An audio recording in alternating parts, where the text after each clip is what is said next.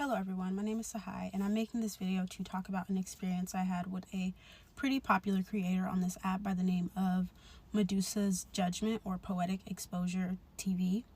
I want to start off by saying that this video is not to bash anyone or send hate to anyone. This is just simply me talking about my experience, speaking about my story and my truth. In August of 2022, I DM'd this individual on Instagram saying I'm a really big fan of your content and I enjoy watching your videos. From that initial conversation, we started a flirty back and forth, like get to know you over the phone or FaceTime over text type of relationship, and he seemed really genuine. He seemed like a really nice guy. I really enjoyed talking to him, and eventually, a couple weeks after that initial DM, he suggested that maybe I should come to Philly. We could go to museums, we could go sightsee, I could show you around my city. And he was saying all these things, and I was like, you know what, sure, why not? I start college in about a month. I start my sophomore year of college in about a month, and I have a little bit of free time before the summer finally ends. Why not go to Philly for the first time? It will be fun, you know. He has a lot of stuff planned. So fast forward to the middle of September 2022, I actually go to Philly. When I got to Philly, I quickly realized all the stuff he was telling me we were going to do over the phone was just simply him telling me what I wanted to hear. None of that stuff he had actually planned. None of the stuff that he said we were going to do, we actually did. All the stuff that we did in Philly was me suggesting, like, hey, we should go to the farmer's market, or hey, we should go here. Nothing he did, nothing he said was actually what we did in Philly. And that was okay. I still had a really good time. I spent about a week in Philly. And when I got back to Washington, that's when things got really, really weird. We continued to talk on the phone and text like normal, and he started to talk to me about wanting to move. He was like, yeah, I want to move out of Philly. I hate Philly. I don't want to be here anymore. I've been here for my whole life, 25 years. I want to move and see different things. And I was like, oh, okay, like, cool. Where do you want to move? And he goes, oh, what about Washington? I can move up there with you. And I'm like, oh, well, you should wait a little bit. You should come and see Washington, visit Washington, or save a little bit of money before you just up and move. And he was basically telling me, like, oh, don't tell me what to do. I'm grown. I can make my own decisions. I know what's best for me. And I was like, okay, like, you got it. You can do whatever you want. You're right. He then starts saying he wants to move specifically to Bellingham, Washington, my small college town. And when he says this, he suggests that I get a 2-bedroom apartment in my name and he can just move in and live with me. And I shut this down completely quickly, and I was like, I'm not comfortable with that. I don't want to get a 2-bedroom apartment my sophomore year and you just come and live with me. Like, I've only known you for a couple months. I'm not doing that. So he goes on to say, like, okay, well, if not, can you just suggest apartments in Bellingham that I could possibly move to? And I was like, okay, like, I can't stop this man from moving. If he's going to move, he's going to move. I can't tell him he can't move. So I was like, yeah, I could look around at some apartments for you and I could suggest a nice couple apartments for you. I suggested 3 apartments for him, one of them being my apartment that I was currently living at, because I knew it was a student housing apartment, but it also rented to non-students, and it was very understanding for people who had bad credit or low credit or like financial issues. They were very understanding and they accepted a lot of people. So I knew that when I suggested this apartment for him, that he would most likely get accepted. And he applied and he did get accepted. So 3 weeks after initially seeing him in Philly, he was moving to Washington, specifically Bellingham, Washington. And I couldn't fathom in my brain why he was so quick and urgent, like, to move. But now looking back on it, it's because he saw the financial situation I was in. He saw that I had my own stuff going for me, my own car, a place, and he knew my financial situation was a lot better than his. So he wanted to leech off me and use me. And that's why he was so quick to move, because he thought I was going to be his cash cow. So in the process of moving from Philly to Bellingham, Washington, he takes the Greyhound bus. And when he takes the Greyhound bus, he comes with 1 suitcase. He packs his whole apartment up, sells everything, and comes with 1 suitcase. On the bus, since it's a long bus ride, they stop in different states. They stopped in, I believe, Denver. And when they stopped in Denver, he got out of the bus and walked around. And then when he came back to the Greyhound station to get back on the bus to continue the ride to Bellingham, he realized the bus had gone and left him because he missed it while walking around. So he calls me, he's like, yeah, I missed the bus. They say another bus doesn't come until 9 hours. And I'm like, oh my gosh, that's horrible. What are you going to do? And he's like, oh, I don't know. But I was like, hoping you would get like a hotel room for me just for 9 hours while I wait for another bus to come. And I said, no, like, you missed your bus. You were irresponsible. You got off the bus and walked around. It's not my job. This is when the emotional and verbal abuse started. So he starts to yell at me and curse at me over the phone and get mad at me for not helping him buy a hotel room because he missed his bus. And he starts to use these manipulation tactics like, oh, I'm moving all the way out here for you and you can't even buy me a hotel for 9 hours. And I'm just like, no. Mind you, I'd already helped him with his first month's rent. He was saying, I can't pay first month's rent. I'm moving. So I was like, okay, like, I'll help you. I know, you guys. Like, I would never do this ever again for anybody. I learned my lesson. I will never help anybody like this ever again. So I helped him with his first month rent already. And now he's asking for more because he missed his bus. I was like, absolutely not. It's not my responsibility to fund your life. Like, no. So he gets mad at me and starts cursing at me and yelling at me over the phone. About a day and a half after that phone conversation when he's yelling at me and cursing, he actually gets to Bellingham, and I go to the Bellingham Greyhound station and go pick him up. So when I go pick him up, I'm being very cordial, I'm being very nice to him, but I can tell that this person in my passenger seat is not the same person that I DM'd on Instagram, and is dang sure not the same person that he portrays himself to be on TikTok. This is a very short-tempered individual, very angry individual, and I can tell by the way he's interacting with me, and I can tell by the way he interacted with me the previous day on the phone. So the Bellingham Greyhound station is about 5 minutes from the apartment we were staying at. So we drive to the apartment, and we go and look at his apartment. He gets his keys, we go in, and it reeks. It reeks of pee. It smells horrible.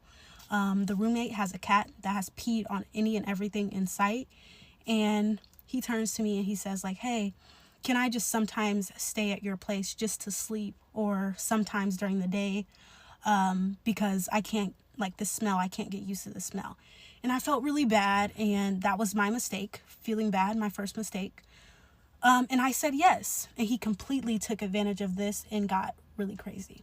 He would be in my apartment for hours at a time, making skits and TikToks in my clothes, going through my closet, using my dresses, my bonnets, my shirts, everything for his skits, and he would be wearing my clothes in his skits. He would even go live almost daily in my Western Washington University hoodie, and when people would see the live, they would ask him in the comments like, hey, are you going to college? Are you enrolled there? And he would either block them or delete their comments. And just to prove I actually go to that school, here's my ID. When I finally did work up the courage to tell him like, hey, I don't want you here 24/7. I need my space sometimes. You cannot be in my apartment using my room, using my apartment for your TikTok videos 24/7. And this is when he gets violent. When I tried to set this boundary with him, he got so upset, he started throwing things, cursing, punching stuff in my apartment, slamming doors, and even getting in my face trying to physically intimidate me because I told him I can't have you here 24/7. He eventually did leave that day, but I was so shaken up because I was like, oh my gosh, who have I invited into my life? Like, I'm so stupid. Who is this person? I don't even know this person, and I invited them in my life willingly. I'm gonna have to make a part 2 about how he threatened my life on Christmas Eve with knives, but right now I just want to say that I waited so long to say something or to make this video because I felt the power dynamic between me and him. Nobody was going to believe me. And I still feel like not a lot of people are going to believe me because most of his supporters are women who think he's this outstanding, upstanding, nice guy. And I don't fault them because I thought the same thing. But I just felt like no one would believe my story. He has all these supporters, all these followers. No one's going to believe, oh, what I'm saying. And I still feel that way. But I wanted to put this out there because I know I'm not his only victim, and there's other women that he has affected, and they should come forward as well.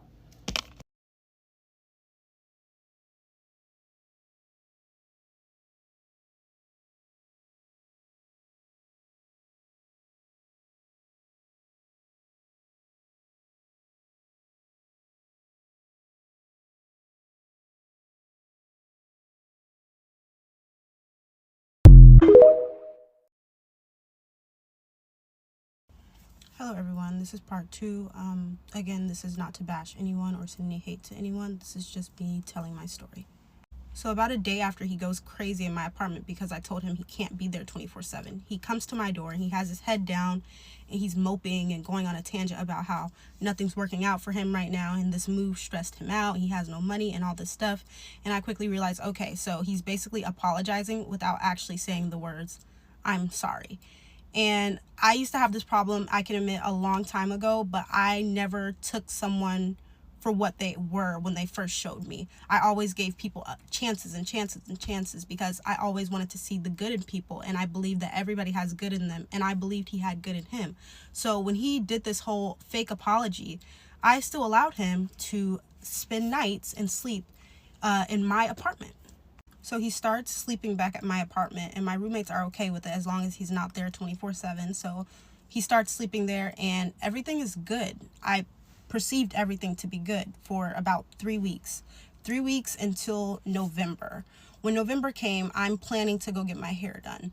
When I'm planning to get my hair done, I'm calling my hairstylist, but she lives in Tacoma. If you know anything about Washington, you know Tacoma and Bellingham about 3 hours apart. Whenever I go to Tacoma, I can't come back to Bellingham in the same day. It's too much traveling for me, and I get tired really quick after I get my hair done. So I'm thinking, okay, I'll just go to Tacoma, get my hair done, and then I'll go to Seattle from Tacoma and just stay like a night or a day with my mom and catch up with my mom and my siblings, because why not? It's close. I have to pass it anyway, and I don't want to be on the road. So I get my hair done in Tacoma, and my hair takes about 7 hours to get done, and then I go to my mom's house in Seattle and I stay there for a day. And while I'm staying there, we're still talking, we're still texting, and everything seems to be fine. My roommates have my number. They haven't called me, haven't texted me about anything, so I'm like, okay, everything's good. After I leave my mom's house and go back to Bellingham, this is when I get a weird feeling because he starts acting completely weird, like he wasn't acting before. He's pacing my room, texting, and then he's pacing the apartment complex on the phone. He's ignoring me, and I just feel a gut feeling like something is wrong, something is not right, but I can't pinpoint what it is, and I'm not going to ask him because he's going to blow up on me. So I just waited the whole day when I got back, and then at night, something told me, hey, check his phone. He had previously given me his password in Philly because he was like all about, oh, check a man's phone, I don't hide anything. So I had never went to his phone before. I had never looked at it in Philly, and something told me tonight, like, just look through his phone, and I did. Immediately when I open his phone, I see dating apps. Not 1, not 2, not 3, not 4, but 5 dating apps on his phone. And I'm shocked because he's the main one saying, oh, I moved here for you, I'm doing all of this for you, and there's 5 dating apps on your phone. So I'm shocked because I didn't think he had these dating apps on his phone, and obviously it's because he wants to keep his options open and meet, girls at my college. Then I went to his Instagram DMs. When I get to his Instagram DMs, I click on one of the first DMs. I see that he's talking to this woman saying basically, oh, look at what these men are doing. They're exposing you in chat rooms. They have your photos. And he sends her a photo, and the photo is of her, and she's not wearing anything. She's not wearing a top. Her chest is exposed. And as soon as I read picture, I was like, let me go to gallery. Let me see what else he has in this phone. When I went to the gallery, I immediately started to tear up because I see a bunch of pictures. It was easily over 20 pictures of exposed women. And some of these women had their faces in the camera, and some of these women did not have a face to the picture. Like, they did not have their face in the camera. But the ones that did, they looked young. They looked like they can be in their late teens to early 20s. These were young women, and you could tell the photos were pictures that were sent to, maybe a guy that they liked, and nudes that they sent to maybe their friends or something. But it was 20 or more pictures. And I'm like, it's one thing to tell a woman like, hey, they're exposing you, you should take legal action, this is what they're doing. And it's another thing to have 20 plus pictures saved in your gallery. Like, why do you have these pictures saved in your phone? That's weird. So I waited, and I was like, you know what, in the morning I'm gonna say something. But then the morning came, I was like, no, I'm gonna wait till night so that he can come here and think he's about to go to sleep, and then I can bring it up. So that next night, he's in my room, he's sitting on the edge of my bed, he's texting on his phone, and I'm like, hey, I need to talk to you. He goes, yeah, why, what's up?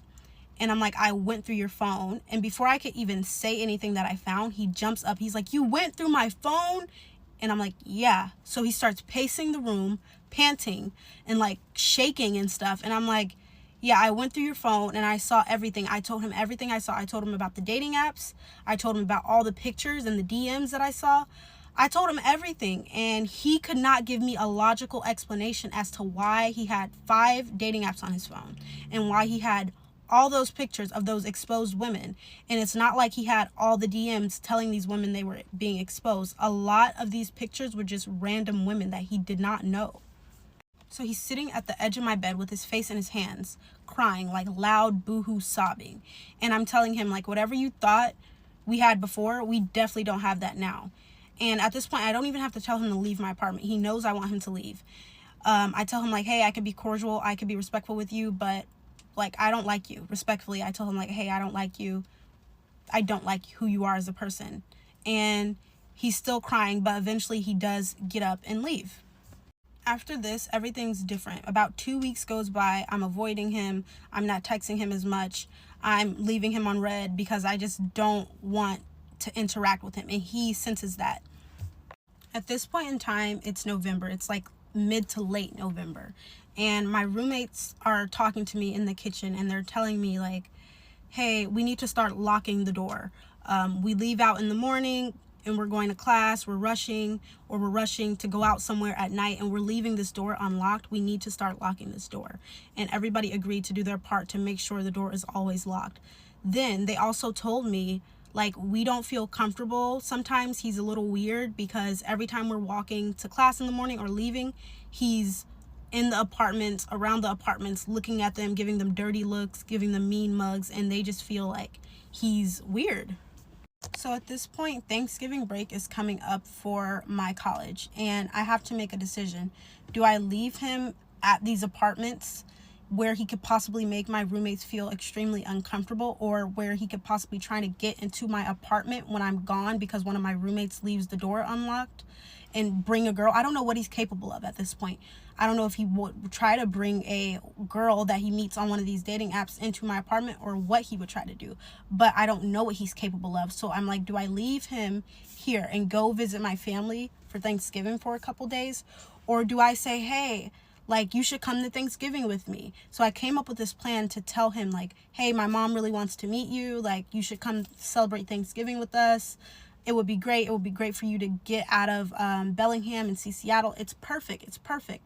And he's like, no, he's not budging. He's like, no, I'm staying in Bellingham. I'm staying at the apartment.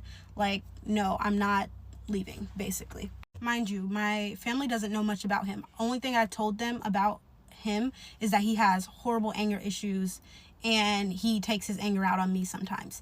Other than that, they don't know a lot of this stuff. So I told my mom that I am potentially going to be bringing him and that she should just be, like, cordial with him. And I did. He finally agreed to go the day before I left to Seattle for Thanksgiving. He's like, okay, fine, I'll go. But he was super suspicious because he thought I was trying to set him up or get him jumped, which never was the case. So we go to Seattle for Thanksgiving and he meets my mom. My mom does not like him. I already knew she wouldn't like him. It was just a matter of keeping him out of Bellingham so he doesn't do anything weird with my apartment or with my roommates. So when we get back, I get a text from the group chat with my roommates saying, we have to be on top of locking this door. I'm noticing that it's still not getting locked at night and it's still not getting locked in the mornings. It's for our safety. We need to lock this door.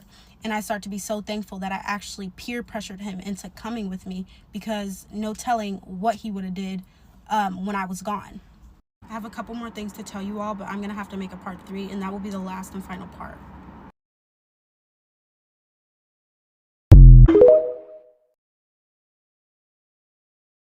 Hello everyone, this is the last and final part 3.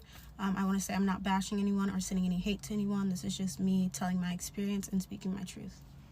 After we get back from Thanksgiving dinner, things are awkward because I'm avoiding him. I'm not responding to text messages. I'm being super distant with him. And I still see him every day when I go out of my apartment because he's in and around the apartment. So when I'm walking to class, I see him. When I go to my car, I see him. I get a message from him and he's saying, I know you don't like me. I know what we had once before we'll never have again, but I still want to get you your money. I was wondering if we could do DoorDash or Instacart so I can get you your money. At this point, the holidays are coming up, winter break is coming up for my college, and I do really want my money. And the money that I loaned him wasn't like a small $200 or $400. I loaned him over $2,000 for the moving and the helping with his rent. So I did want my money back. So you guys can call me whatever you want in the comments, but I did say yes, like we can do Uber or Instacart or DoorDash for your money.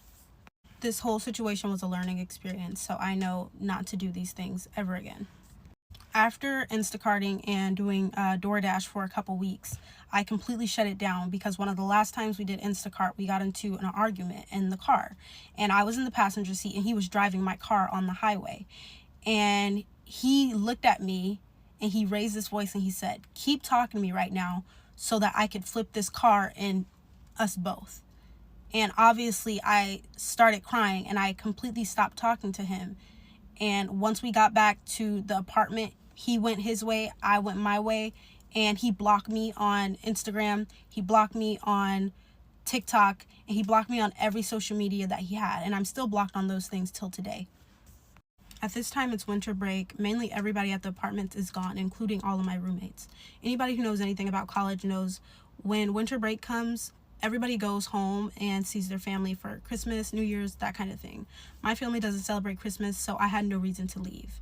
I get a message from him late December, and he's asking to come over to my apartment to watch a movie, and he wants to start the new year right and just bring positive energy into the new year. And I can confidently say this is the worst mistake I ever made in my life. I'm all about accountability, and I can look back and say if I would have just said no or put my foot down and had a backbone, a lot of this stuff wouldn't have happened. But when he said that, I said, okay, under one condition: you're not sleeping in my apartment, you're not staying there, we can watch a movie, you can say sorry, that's it, it's done. And he's like, okay, cool. Late December one night, I'm coming home from work. I'm saying late December because I don't remember the exact dates for everything when these things happen.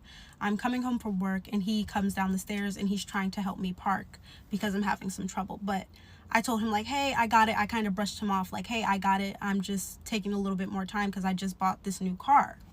When I told him no, I didn't need help parking and he stormed off, I sat in my car and I thought like, no, I'm not going into the new year like this. No, I don't want an apology from him.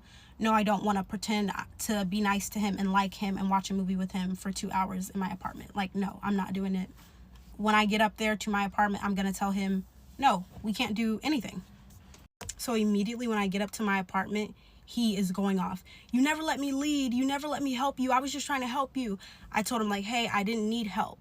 And right now I need you to leave me alone. I don't want to talk to you. I don't want to watch a movie. I don't need an apology. And this got him really mad. And while he's doing all this yelling, he's in my kitchen and I'm in my room and I'm asking him, please leave my apartment. I asked him to leave my apartment twice. And when I'm saying this, I'm saying it in a very calm manner. And on the second time, he goes, okay. And I see him reach for something in my kitchen. I don't know what he's reaching for. I don't know what he's about to do. I'm scared. I don't know what's going on. Then he comes into my room and he's holding my roommate's 3 kitchen knives, large kitchen knives that you cut chicken with and you cut up carrots with. He's holding 3 large kitchen knives and he's saying someone is going to, you know what, tonight. Someone's gonna tonight.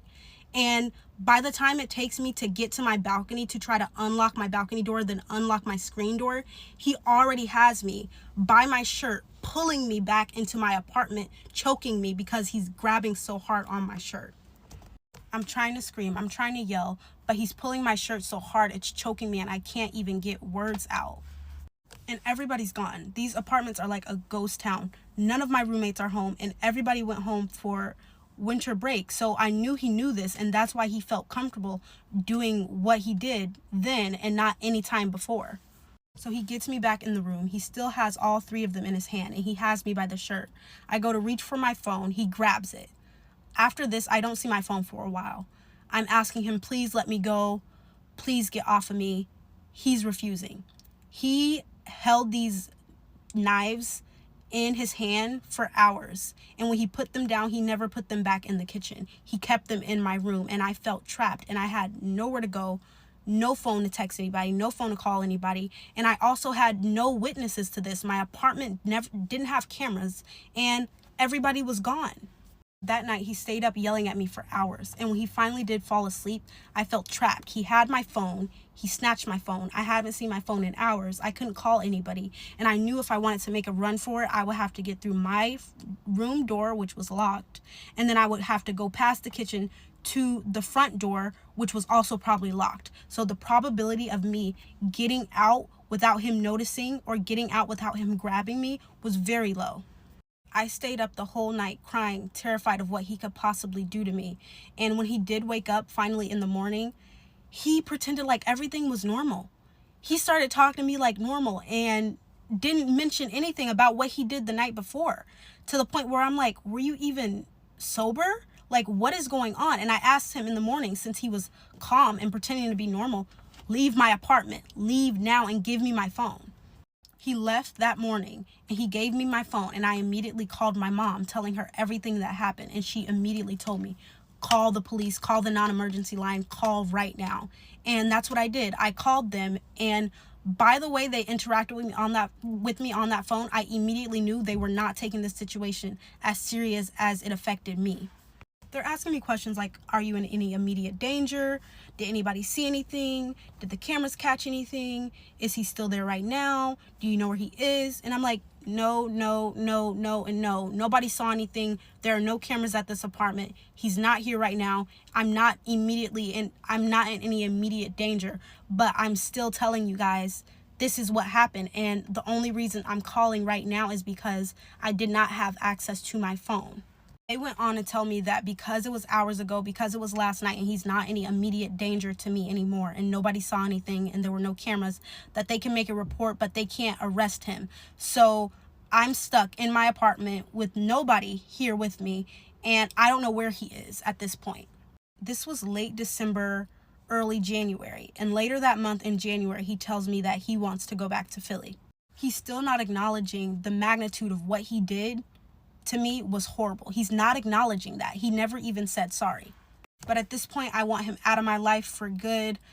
I want to be able to move comfortably and not have a fear that he's watching my new apartment or seeing where I'm gonna move.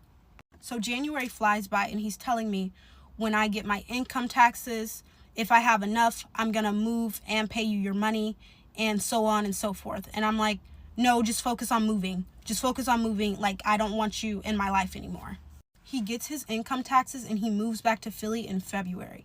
After he moves about 3 months, I get a text from him. Mind you, I didn't block him because I thought he was going to give me a sincere apology and apologize to me. He never did. He texts me about 3 months later saying, oh, I know you don't want to hear from me, but I still love you. God bless. I just wanted to get that off my chest. And I'm like, what? So I block him. About 8 months after I blocked his number, I get a random text message from a number saying, oh, I just remember how much you liked the Bob Marley movie. And it's a trailer for the Bob Marley movie in the text message. And I'm like, okay, who is this? And he goes, hi, it's Rashawn. And I blocked the number immediately. Since then, he has not tried to talk to me. He has not tried to call me. I got no messages from him. He's never said sorry. And he's on this app pretending like everything's okay and fine. And it's not. And I want people to know that this person is very toxic and very crazy. Ladies, please be careful and learn from my many mistakes. And I've also learned from my mistakes. Thank you, guys.